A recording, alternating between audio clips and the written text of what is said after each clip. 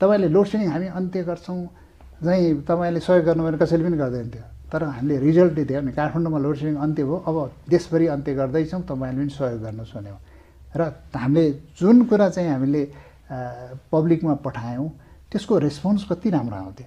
बेलुका एउटा घर भए पनि एउटा बल्ब भए पनि कम बालौँ, इनर्जी इफिसियन्ट बालौँ, स्कुलमा क्याम्पेन गऱ्यौँ, बच्चाहरूलाई यसो गर्नुपर्छ, बेलुकाको पिक टाइममा आइरन चलाउनु हुँदैन, पानी तान्नु हुँदैन भन्दाखेरि त्यत्रो लाखौँमा आउँदाखेरि त्यसले कस्तो राम्रो इम्प्याक्ट हाम्रो लोड कर्भ चाहिँ फ्ल्याट हुन थाल्यो। पहिला यस्तो यस्तो हुन्थ्यो होइन, त्यसले चाहिँ रेस्पोन्स राम्रो भयो किनभने यो कन्ज्युमर बिहेभियर चेन्ज हो। तपाईँलाई किन लोड सेडिङ अनुसार चाहिँ हाम्रो सेड्युल बनाउनु पर्थ्यो, तर लोड सेडिङ हुँदैन भनेपछि अनि त्यसपछि त कन्फिडेन्स भयो नि। अब त्यो आइरन चाहिँ राति गरे पनि हुन्छ, दिउँसो गरे पनि भयो, अथवा खाना के अरे पानी तान्ने जहिले गरे पनि भयो।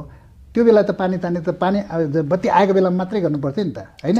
त्यो भएको हुनाले त्यो कन्ज्युमर बिहेभियर यो लोड सेडिङ यो डिमान्ड साइड म्यानेजमेन्टमा मैले त मास्टर्सै यसैमा गरे हो।